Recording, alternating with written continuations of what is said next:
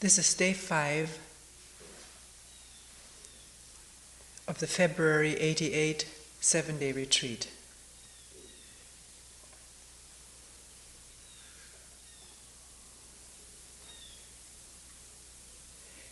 Ever since the retreat started, some questions have come up.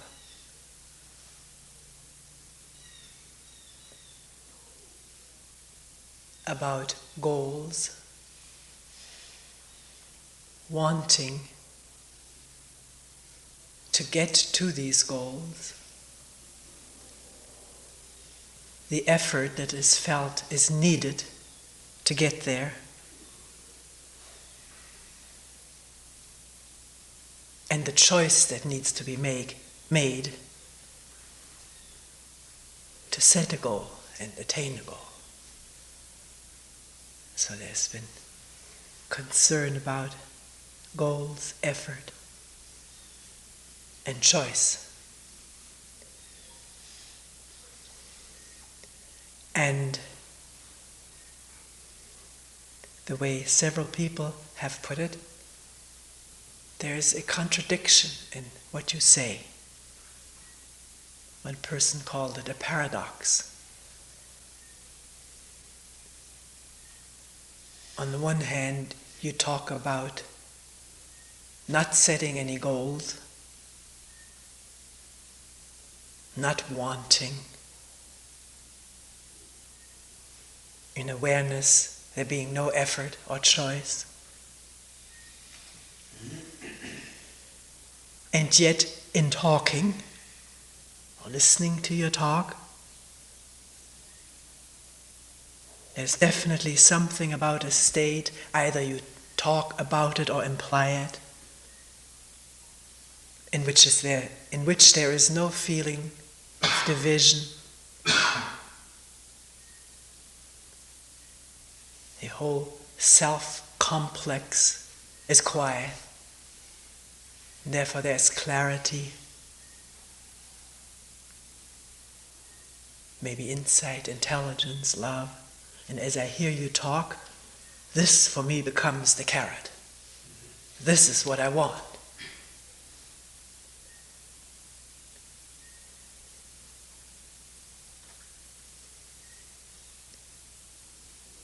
Rain picks it up, makes a goal out of it, and there's wanting to get there.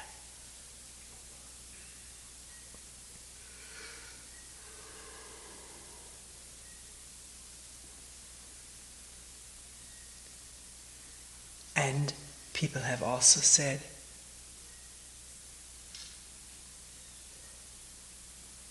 in sitting down, unless I make an effort to be attentive, my mind will be all over the place. From one dream to another, one train of thought to another. Unless an effort is made to quiet down, to be attentive, this activity of thinking, dreaming, fantasizing goes rampant.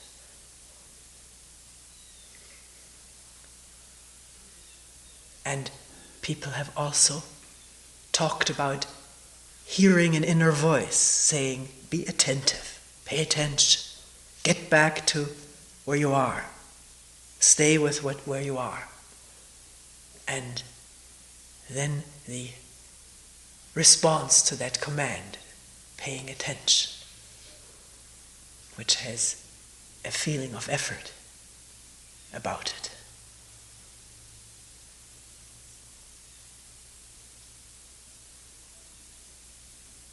One person says, as I'm sitting, daydreaming,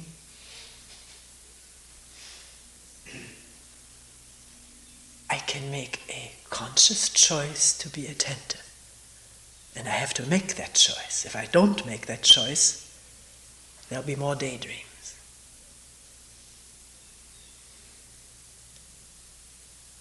So how can we look here together at this whole thing of effort and choice? Whether there is such a thing, and if, as one feels there palpably is, making an effort, making a choice, what is it really? Take it as it were under a huge magnifying glass and look at it precisely. We find, all of us, time and time again, that the words that come out so automatically from memory, the way we're used to express ourselves, correspond so little to what is actually happening. And one reason for that is not that it's difficult to find the right words, but it's difficult to look precisely at what is happening. We're so conditioned and used to live in words. This is how we've been raised and educated. And very little, if any, education in looking directly, precisely, not just at an outside process that we have the whole scientific training for, but at what happens within. In this brain, in the organism.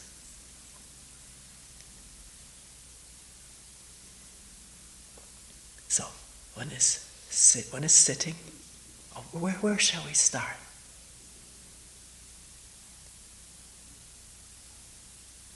One person saying, I wouldn't even be here if I hadn't wanted something here. So the wanting has brought me here.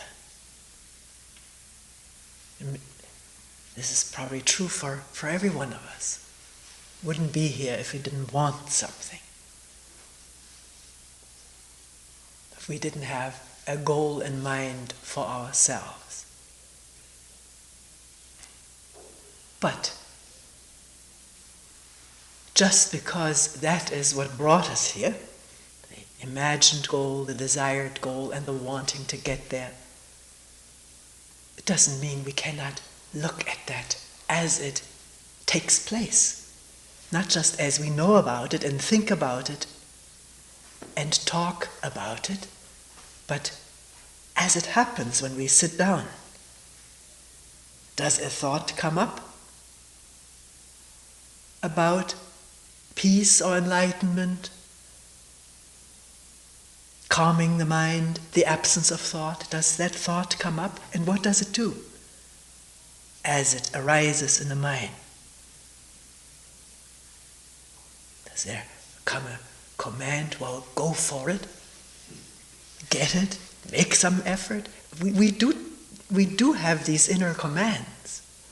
People are discovering this.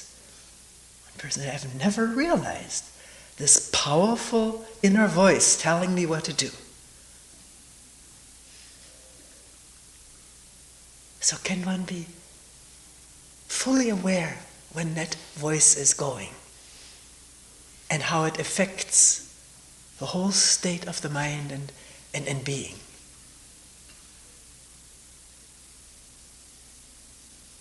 In imagining the goal of becoming enlightened or finding peace, maybe eternal peace. The imagination can produce anything. Is there a wanting to have that? And can that process, that state of wanting, be felt, palpably felt throughout the organism? The brain perceiving of the state, and the inner voice saying, go for it, be attentive, do something, and the body being energized by the thought of the goal and the order to get going on it.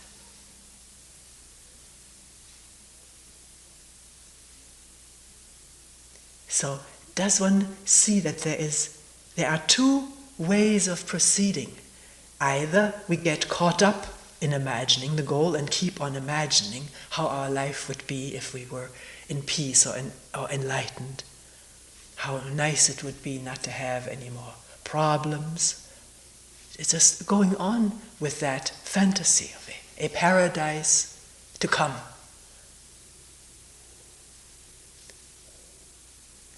this goes for this particular wanting. One may want something different and imagine something different. A companion to be with, or a tremendous spread of food.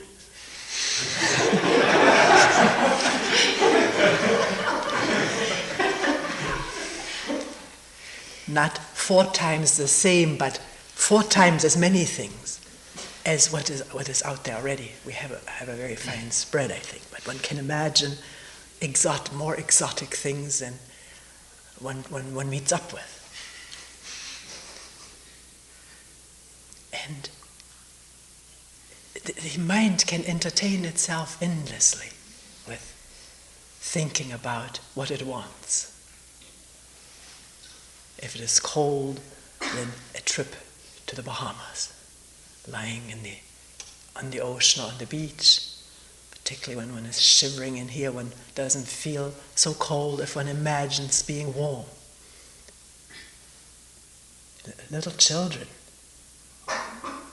It starts with little children who have maybe very little love and attention in their home, pushed around, felt being a nuisance to their parents, can develop this very real image of a companion who keeps them company, who is with them, puts his or her arms around them, talks to them, takes them to beautiful places. So this is the way the mind is usually used, the way it proceeds. A want coming out of a feel of lack, a feel of isolation, or loneliness, feeling insufficient, chaotic, and then imagining that which would wipe all of this away. And the imagination can be so powerful and real feeling that indeed it wipes away feelings of isolation and loneliness or anxiety, inner emptiness or shallowness. One person said that. I really see that all that my brain produces is in response to a feeling of isolation and loneliness that I don't want to face. I don't want to be with that. Somehow it's an enormous threat to enter into that. That I have seen, it is so.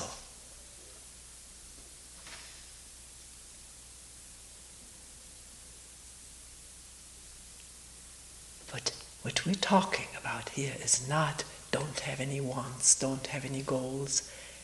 We may hear it that way because we're conditioned to this kind of command. And it may take a while to realize that most of the time questions are asked. It's not said, do this, don't do that. Even though we may think we've heard it put that way. Maybe I say it that way. I'm conditioned too. But the spirit of this work here is not to say, don't do that, don't be like that, but observe it, be aware of it. Let it come into the full light of awareness. That process of wanting, that nagging feeling of being lonely, abandoned, insufficient, no good.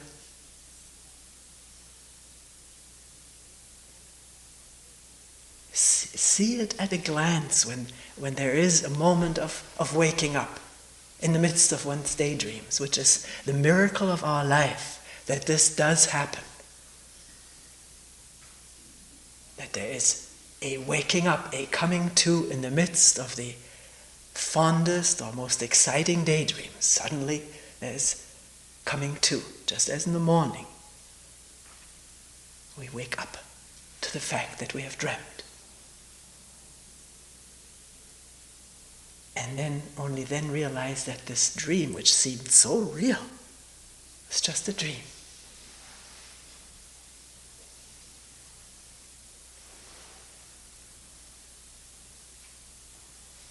then often one wants to finish that dream. It was interrupted. What's the ending? There must be a happy ending to it. One wants to go on with it. Often it doesn't work, or else maybe one goes back to sleep and dreams another dream, usually not the same one. Maybe something that's frightening, and in its frighteningness is just as real as the pleasurable one.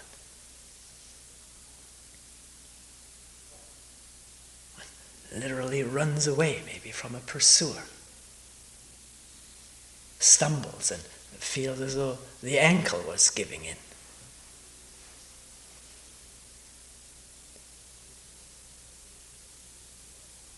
So, we talked about the marvel of our life to this waking up in the middle of a dream, daydream or night dream, in the middle of a fantasy, coming to.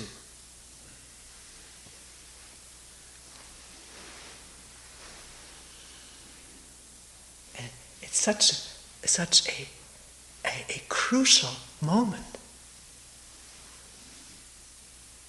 Because something that was going and keeping us totally separate from what is actually happening,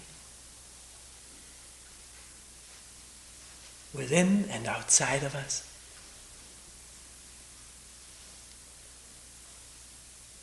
coming to what happens at that moment. That question, I think, can come alive for all of us. What happens at the moment of waking up, of there being an instant of attention? Seeing, noticing at a glance that there was a dream, and the whole dream, that's the amazing thing too, it can be seen at a glance, it doesn't have to be thought through. We do that. We want to interpret it and find out what our future will bring, or what this meant about our past lives, and then the thinking, a new thinking process is set in motion. But it's not necessary. At a glance, the whole dream can be seen like a vast hologram.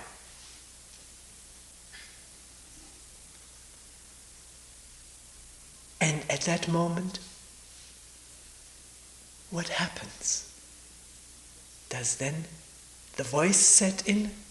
Stop dreaming, get to work, be attentive, don't waste your time, make use of this moment. All these phrases that are programmed into this computer brain. Voices of our parents and teachers, ministers, whoever has had a deep impression, maybe sisters and brothers, friends or books we have read, internalized commands.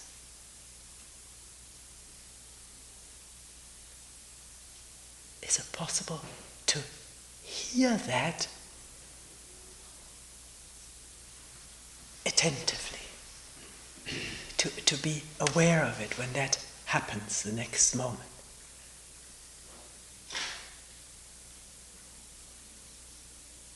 Obviously, at the moment the command sets in, there is no attention. There is the instant of waking up is terminated by a conditioned response. Be awake. Don't waste. Get to work. But the next instant can be one of attention again. Or is there a conditioned response to the conditioned command? The response of obedience. Knuckling down to be attentive, to do one's work. I've got to pay attention to my breathing, or to my here, between my eyes, or repeat a mantra, whatever practice one has chosen for oneself. Or if one has put aside all practices, at least experimentally for the time being,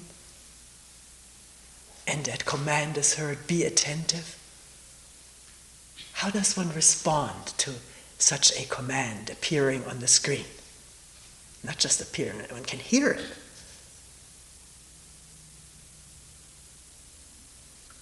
Is there the immediate momentum of following it, like we have been conditioned to do, or rebelling against it, as we have also been conditioned to do?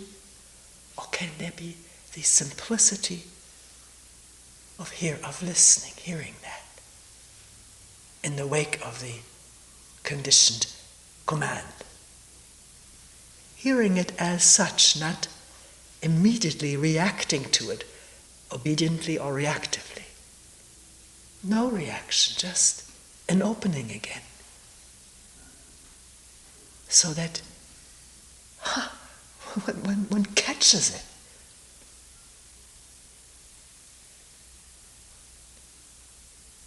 and realizes one doesn't have to do anything.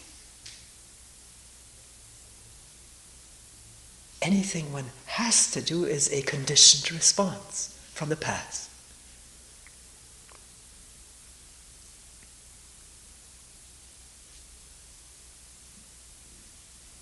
Do you get that?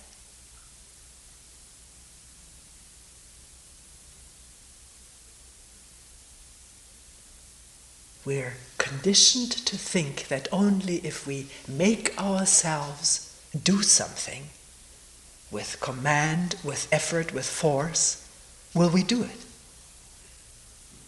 We've been told that all of our life, and our parents and elders have expressed that all work is effort, that one has to make oneself to do something. Life is tough. I remember our little grandson one day, he didn't want to go to school. He just didn't want to go to school.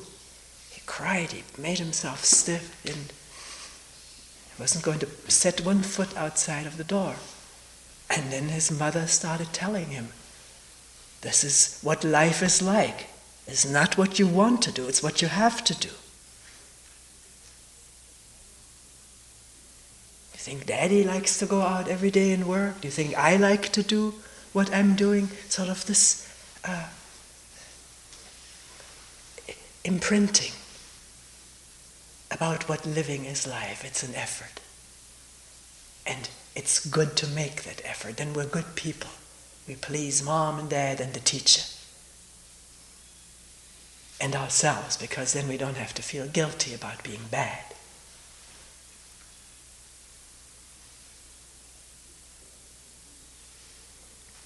And unless one really has a knack for what goes on in school, I don't know how many children really have that natural knack for what is going on in school, in most schools.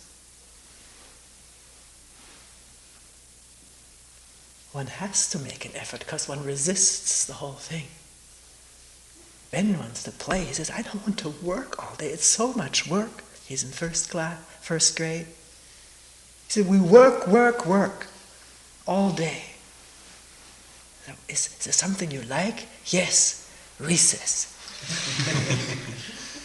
But we have very little of it, he says. And he's good at school. It comes easy to him. It's not that he has a hard time with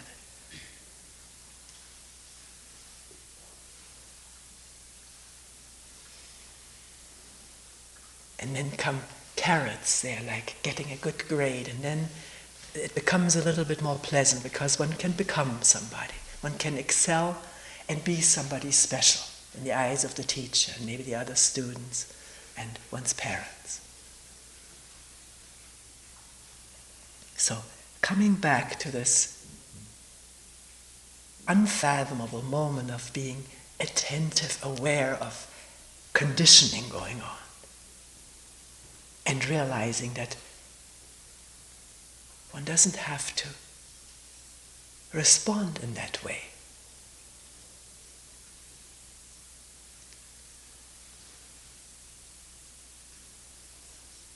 Will the mind stay open, wondering what's going on now? Not knowing how to respond. One has woken up to the conditioning, and one doesn't have to do that. There's a break there, a break of energy. The energy is in awareness now. Beep! Beep, beep.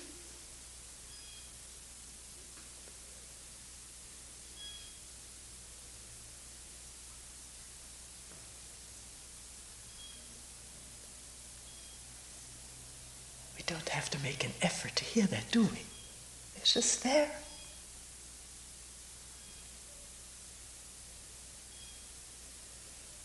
Thought may come up. What is that, a blue jay or a robin? See it for a thought immediately. And see that the thought, blue jay or robin, is not beep, beep.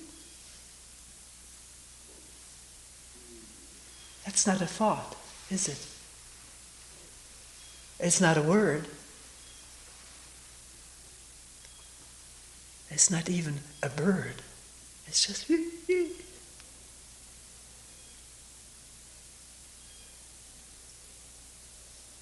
And in listening, there's breathing. There's some rustling noises of clothes or change of a posture. In communicating with each other, we do use labels and words, but in listening, one can see for oneself the difference between a label and the actual thing. There's not one and the same. And that becoming involved with a label, wondering how come it's already a blue jay, it's only February, or how early, or it's spring, and going on in that wise, the actual sound, the actual occurrence is in the background or not heard at all. One can find it out for oneself. That thinking and wanting to know and wanting to make poems about it or reflect upon it is an activity that is very exclusive, very involving, and may shut out what started it in the first place.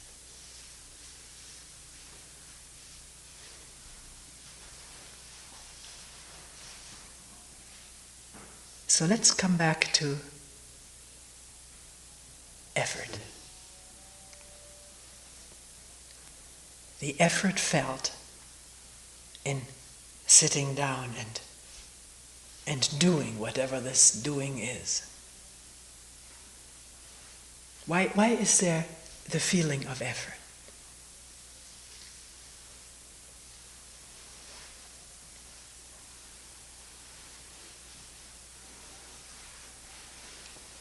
That it takes an effort to pay attention.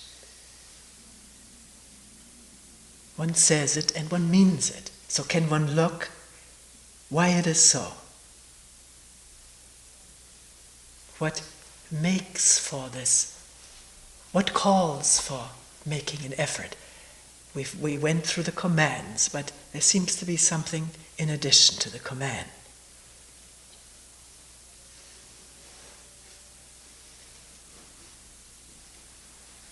Is it?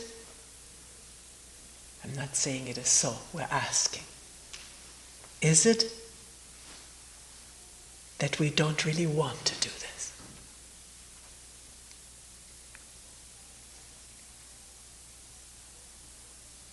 Like Ben not really wanting to go to school, so he, or rather his mother, has to make an effort to get him there, because he resists it. Every muscle and paw of his body resisted it at that time. So is it that there is resistance against looking, listening, attending, being in touch with what's there? One person says, yes, there definitely is. I've seen that. It is so. I'd rather dream and get the pleasure of dreaming than facing what's there.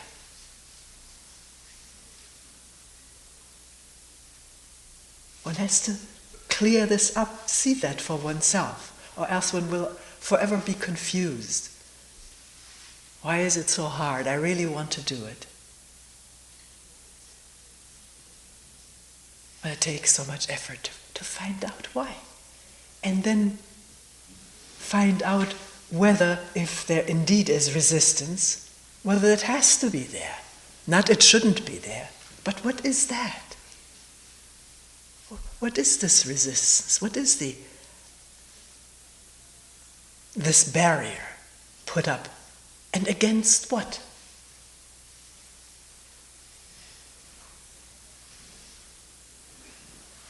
If it is that one would rather do something else, rather go for a walk, rather dream, why doesn't one go for a walk and go on dreaming? Because of the inner commands? Feeling guilty, not wanting to feel guilty, so therefore one makes oneself do something that one doesn't have one's heart in.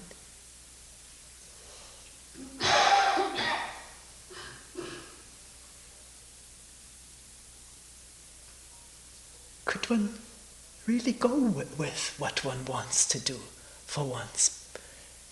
Guilt feelings aside, realizing the inner voices, internalized parental and teachers' commands is a thing of the past.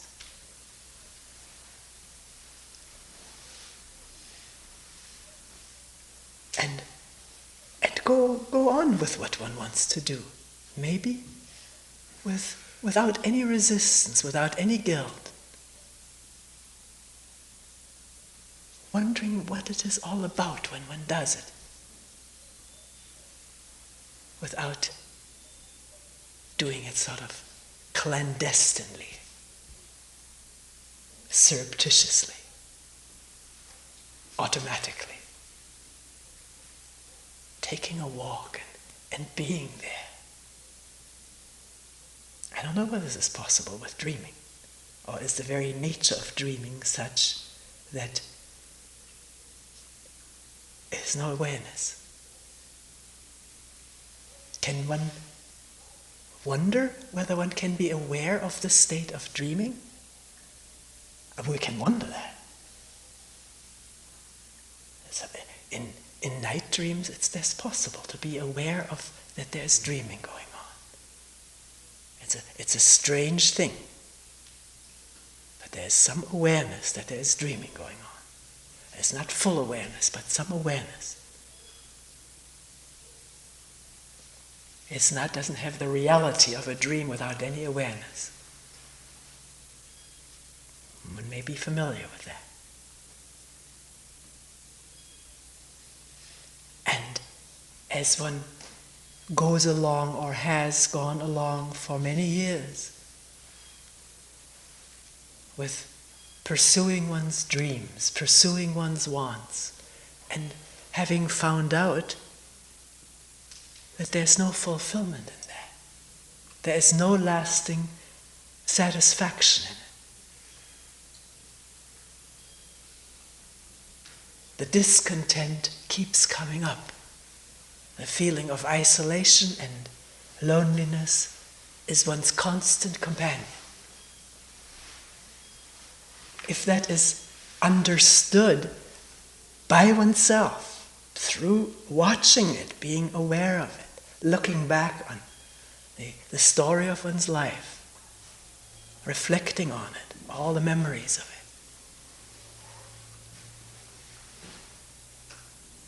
it, then maybe that resistance not to look at what's there, at discontent, loneliness, anxiety or pain, maybe that resistance fades away. Because one is not following any internalized commands. One is acting out of what one understands for oneself, about how one has lived and is living from moment to moment. And not just oneself, but everyone around one.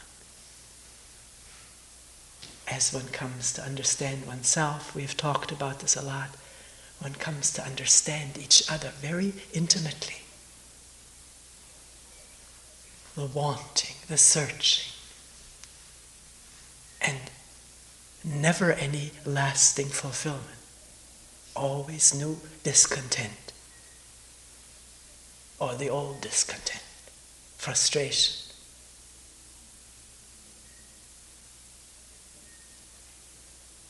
Getting used to what one thinks would have been the most desirable thing, and then maybe getting it and getting used to it, fading, jading.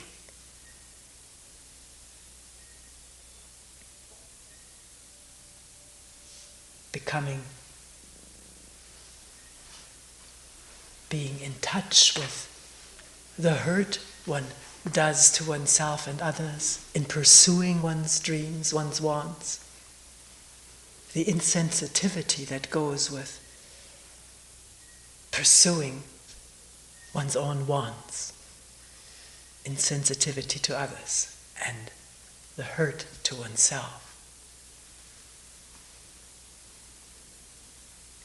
Out of such observing of one's daily living, alone and in companionship, in relationship with each other, comes a real yearning, an urgency to find out about these mechanisms that drive us so ignorantly, so unawares, to open them up. No matter how painful, how disillusioning about how we thought we were. We've talked about putting images about ourselves aside if we look at ourselves, because the image distorts the vision. We won't see what's there. If we're glued to the image of what we're like, what we want to be seen as, then we can't perceive what comes up this instant.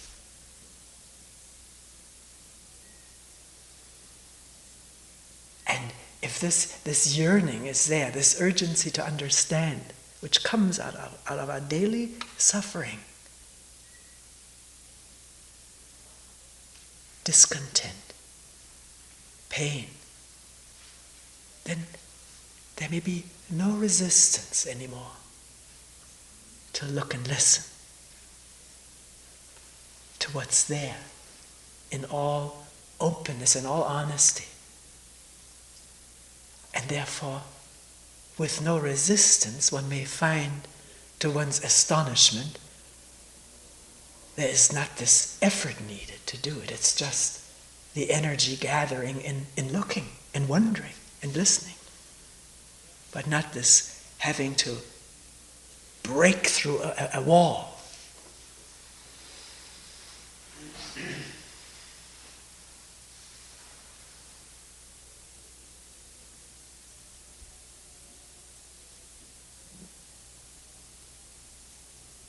So if one feels one has to make an effort, can one immediately look and find out what the whole situation is?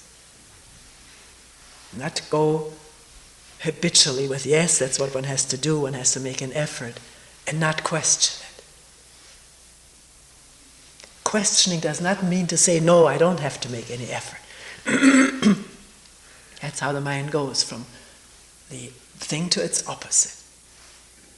But leave these mechanisms alone, or be aware of them and not caught up in them, and watch what it is that feels it needs to make effort and what one is pushing against.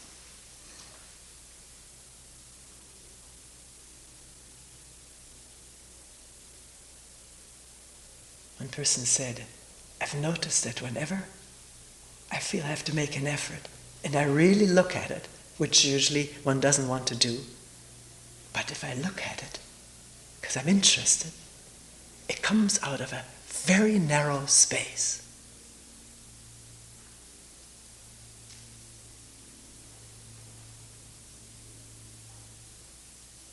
And And resistance, when looked at, really looked at, and when it's looked at, it tells us, it shows itself.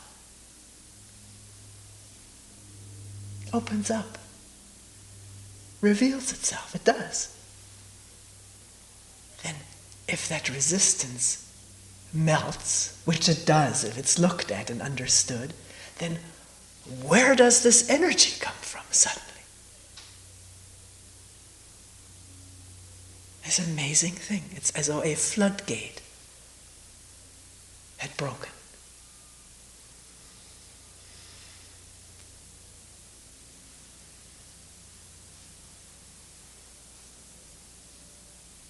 Does this now become a carrot again? One wants that state, or does one understand it's not a matter of wanting it, but looking and listening?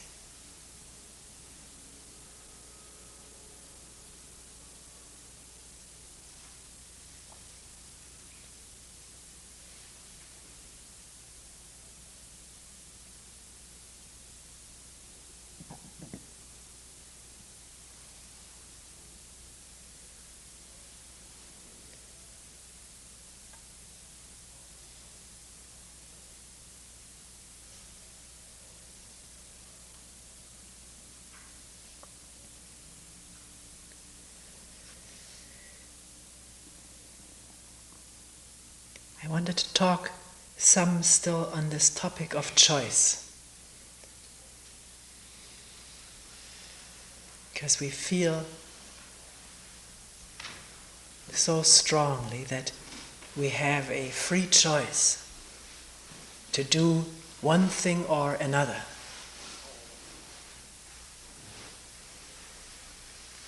And yet, most of the time when we want to make up our mind about what to do, we find we're very confused about what to choose. How to decide.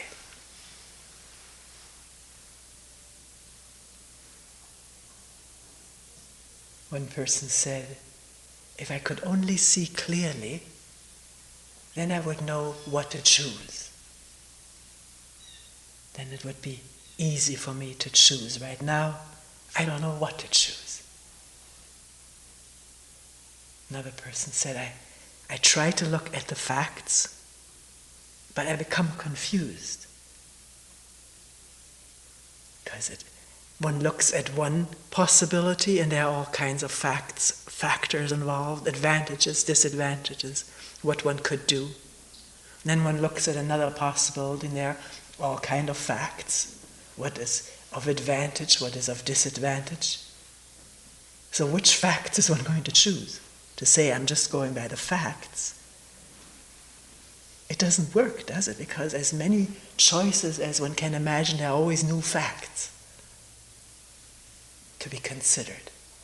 To be considered by whom? From what perspective?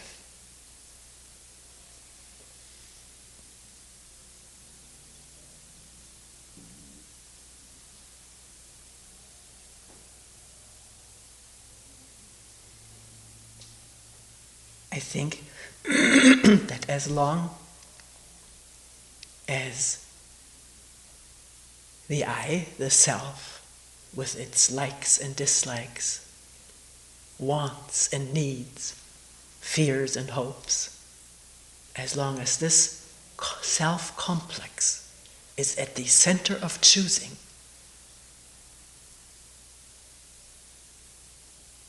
there's going to be confusion. There cannot be clarity, because everything is viewed in terms of what will be best for me. What will I feel best about? What will bring me most happiness or satisfaction? And all the other things we want.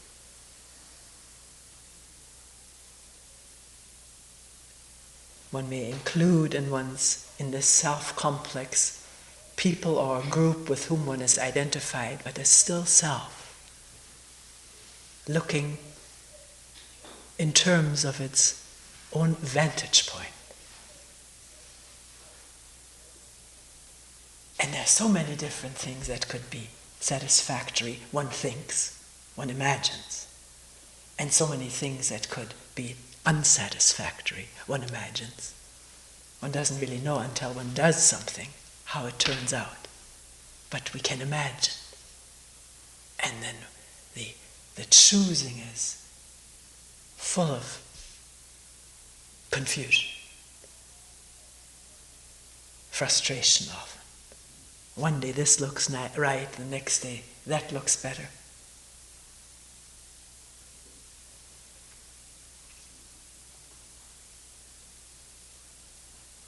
That's why we have to choose, because we don't see clearly, because we don't see without confusion. That's why we have to choose. The lesser of evils, we sometimes say. Lesser of two evils, or what seems to promise to be the best possible thing as I see it right now. So will one look into this if one is interested? Whether there's ever any free choice, as we are led to believe philosophically. Philosophers have told us that man has free choice, or theologians. Man was endowed with free choice, free will. Free will. What is will? Is will ever free? Or is it the instrument, the vehicle of our desires? We want something based on our needs or past lacks or whatever it comes out of, the desire, and we use will to get it. What's free about that? And yet one wants to insist, also due to the conditioning of our thinking and our philosophy of life, one wants to insist that we have free choice to be or to become what we want to be or become. But if one puts aside the habitualness of our ideals and questions what the free choice is based on, really goes into that. Because one is interested, one wants to find out about these things, one is confused in one's choices. Wants to find, what is this free choice? What does one find as the basis of one's free choice?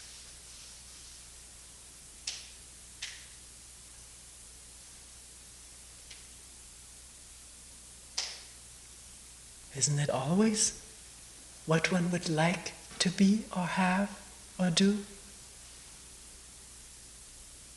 Based on one's past conditioning, good or bad, painful or happy.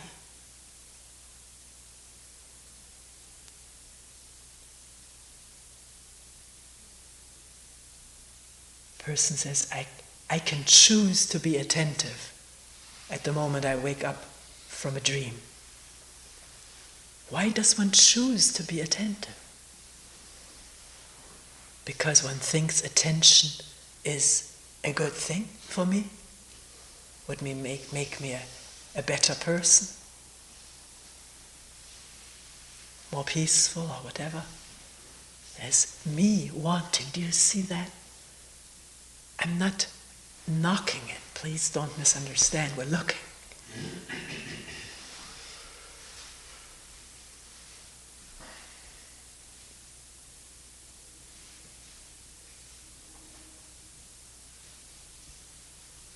In this country, particularly in America, there's a lot of freedom to do what one likes to do.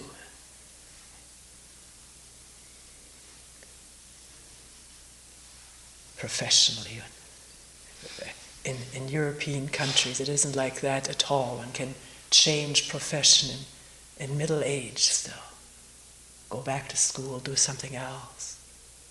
Open a hot dog stand. You couldn't do that in Europe so easily. And all the economic factors and reasons, but here it's relatively very simple to do what one likes to do, to find one's dream, as we say here. But what is that freedom based on? It's based on my own predilections. What I want to have or be or do. And is that freedom?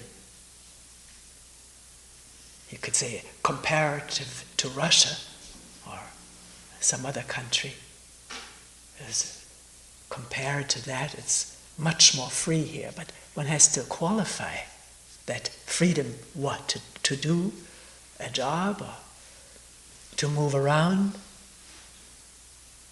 from one side of the continent to the other. But as individual human beings, are we free? What is freedom?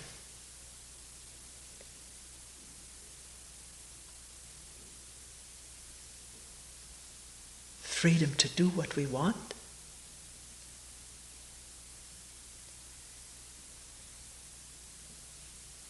And we're bound by our wants, which never seem to quiet down. That's not freedom, is it?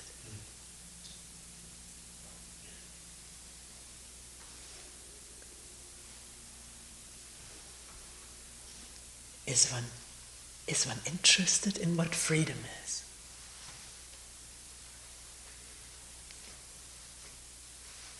Not freedom to choose what I like, but freedom.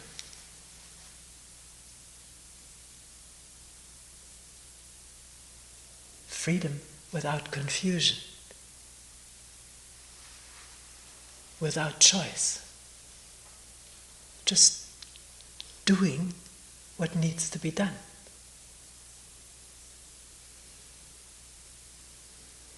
When that's seen clearly, without the shadow of this whole self-complex, then there's no choice. It's just it's done.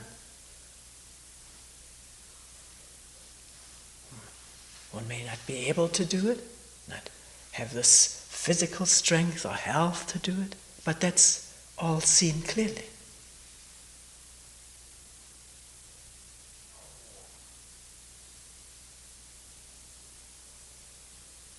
Is that a utopian state? Is there such a thing as freedom? Will one find out? Is there a yearning to find out?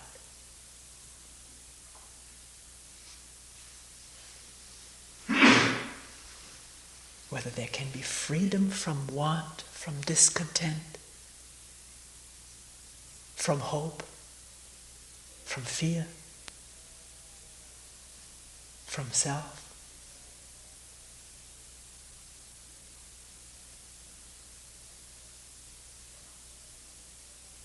One doesn't know the answer, does one? But will one keep wondering? Because one will not accept any conclusion by anyone. Yes, there is, no, there isn't. One will find out for oneself.